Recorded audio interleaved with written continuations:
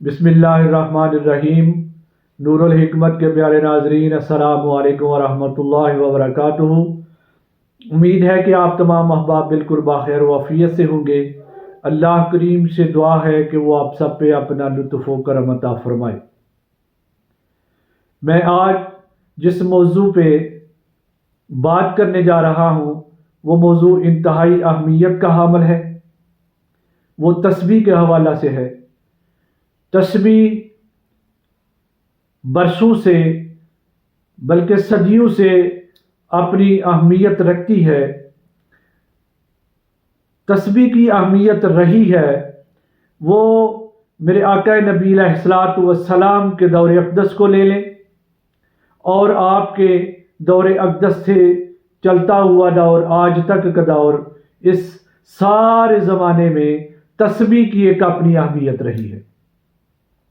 جیسا کہ نبی علیہ الصلوۃ والسلام نے اپنی پیاری بیٹی، اپنی لخت جگر، سیدہ کائنات، مخدومہ کائنات حضرت فاطمہ الزہرا سلام اللہ علیہا کو ارشاد فرمایا کہ بیٹی رات کو 33 دفعہ سبحان اللہ، 33 دفعہ الحمدللہ اور 34 دفعہ اللہ اکبر پڑھ کے سویا کرو، اور یہ اس کا ثواب ایک غلام کو آزاد کرنے کے برابر ہے۔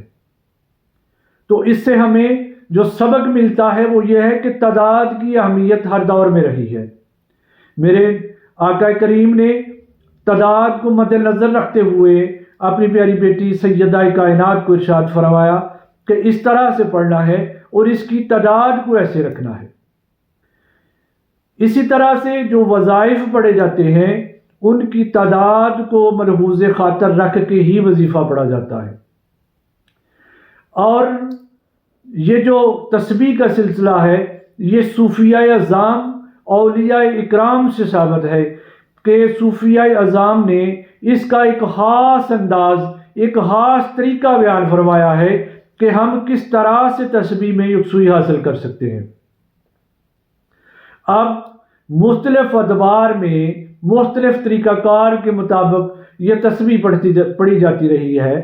مثلا کہ ایک دور میں ہاتھوں کے پوروں پہ بھی اس کو پڑھا جاتا تھا، اونٹ کی ہڈیوں کی بھی تسبیح بنائی گئی، اس میں بھی جو ہے وہ پڑھا جاتا تھا، کھجور کی گٹلیوں پہ، املی کی گٹلیوں پہ، اس طرح سے بھی ان کی کاؤنٹنگ کی جاتی رہی ہے۔ تو تسبیح ہر دور میں پڑھی جاتی رہی ہے، اور اس دور میں جو جدید دور ہے اب ڈیجیٹل کاؤنٹر آ گیا ہے، اس میں بھی تسبیح پڑھی جاتی ہے۔ یہ جو پڑھائی کا سلسلہ ہے اور اردو وظائف کا سلسلہ جو ہے یہ چلتا بھی رہا ہے اور اس کی کاؤنٹنگ بھی ہوتی رہی ہے، اور یہ ہر طرح سے درست بھی ہے۔ مگر مسئلہ کیا ہے؟ مسئلہ یہ ہے کہ جب بندہ کوئی وظیفہ پڑھنا شروع کرتا ہے، جب وہ تنہائی میں بیٹھ کے وہ کسی ایسی چیز پہ کہ جو کھجور کی گٹلیاں ہوں یا املی کے بیج ہوں یا وہ ڈیجیٹل کاؤنٹر ہو، اس طرح سے جب بندہ تسبیح کو پڑھتا ہے تو اس کا جو ذہن ہے وہ منتشر ہو جاتا ہے۔ چونکہ شیطان ہمارا کھلا دشمن ہے، وہ ہر طرح سے انسان پہ حملے کرتا ہے، تو جب بندہ تنہائی میں بیٹھ کے اللہ کے حضور وہ ذکر کرتا ہے، وہ وظیفہ پڑھتا ہے، تو وہ کیا کرتا ہے کہ پھر دماغ میں مختلف قسم کے وسواس کو ڈال دیتا ہے۔ وہ وسوسے ہمارے ذہن کو منتشر کر دیتے ہیں، ذہن کو تبدیل کر دیتے ہیں۔ اب بندہ پڑھ بھی رہا ہے، وہ دانے بھی پھینک رہا ہے، مگر اس کا دھیان کسی اور طرف ہے، وہ سوال بھی بنا رہا ہے، اس کے جواب بھی دے رہا ہے، اور جو اس کا پورے کا پورا دھیان ہے وہ ان سوچوں کی طرف ہے جو اس کے دماغ میں چل رہی ہیں۔ جس مقصد کے لیے وہ تسبیح میں بیٹھا تھا، جس مقصد کے لیے اس نے ٹائم نکالا ہے، وہ اس کا مقصد وہیں کا درے کا درا رہ گیا اور وہ کہیں اور کسی اور طرف جا نکلا۔ تو اس سے وہ فیوز و برکات سے وہ حاصل نہیں کر سکا۔ جب وہ حاصل نہیں کر سکا تو وہ جس مقصد کے لیے وہ پڑھ رہا تھا، جس مقصد کے لیے اس نے ٹائم نکالا ہے، وہ سارے کا سارا وہ ایسے ہی گزر گیا اور اس کو کوئی فائدہ حاصل نہ ہو سکا۔ تو میں جو صوفیہ کا ایک خاص طریقہ کار ہے تسبیح پڑھنے کا، وہ آپ احباب کے سامنے لے کے آیا ہوں کہ اگر اس انداز کے ساتھ آپ نے تسبیح کو پڑھنا شروع کیا، اس انداز سے اگر آپ تسبیح پڑھیں گے تو آپ کو یکسوئی بھی حاصل ہوگی اور اس وظیفے کے آپ تمام ثمرات بھی حاصل کر سکیں گے، اور جن مقاصد کے لیے آپ تسبیح پڑھ رہے ہیں وہ سارے کے سارے مقصد بھی وہ آپ کو حاصل ہوں گے، مقاصد بھی آپ کے پورے ہوں گے۔ تو وہ طریقہ کار کیا ہے، میں آپ کے سامنے وہ پریکٹیکلی آپ کو بتانے جا رہا ہوں، ذرا غور سے اس کو دھیان میں رکھیں کہ یہ میرے پاس ایک 100 دانے والی تسبیح ہے۔ اس تسبیح کو آپ لے لیں تو کرنا کیا ہے کہ جب آپ اپنا وظیفہ پڑھنے کے لیے بیٹھیں، وہ جس جگہ پہ بیٹھیں تو وہ دوزانو ہو کے بیٹھ جائیں التحیات کی شکل میں، تو وہاں پہ بیٹھ کے یا ویسے آپ والتی پلتی مار کے بھی بیٹھ سکتے ہیں، جس طرح سے آپ آسانی سمجھیں اس طرح سے آپ بیٹھ سکتے ہیں۔ اور پھر کرنا کیا ہے کہ آپ کا جو دھیان ہے اس کو ہونا چاہیے بالکل ماتھے پہ، یہاں پہ آپ نے بالکل اپنی توجہ کو کہاں پہ رکھنا ہے، یہاں پہ رکھنا ہے۔ جب توجہ کو یہاں پہ مرکوز کر دیا تو تسبیح آپ کی جو ہے نا وہ آپ کی شہادت والی انگلی پہ ہونی چاہیے، اس طرح سے تسبیح کو اپنے آپ شہادت والی انگلی پہ ڈال لیں اور اس کے اوپر آپ اس طرح سے انگوٹھا رکھ لیں۔